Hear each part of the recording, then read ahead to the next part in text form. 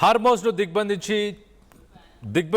దిగ్బంధించినందుకు చర్చలంటే ఎలా అంటూ కాల్పుల విరమణ ఉల్లంఘించారు అంటూ మీతో శాంతి చర్చలు ఎలా జరపాలంటూ ఇటు ఇరాన్ మాట్లాడుతుంది.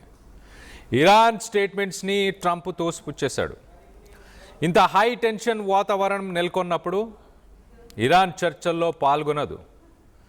శాంతి ఒప్పందం కోసం ఇరాన్ ఒక సంతృప్తికరమైన ప్రతిపాదన చేయకపోవడంతోనే చర్చలని రద్దు చేశామంటూ ఇటు ట్రంప్ చెప్పుకొస్తున్నారు.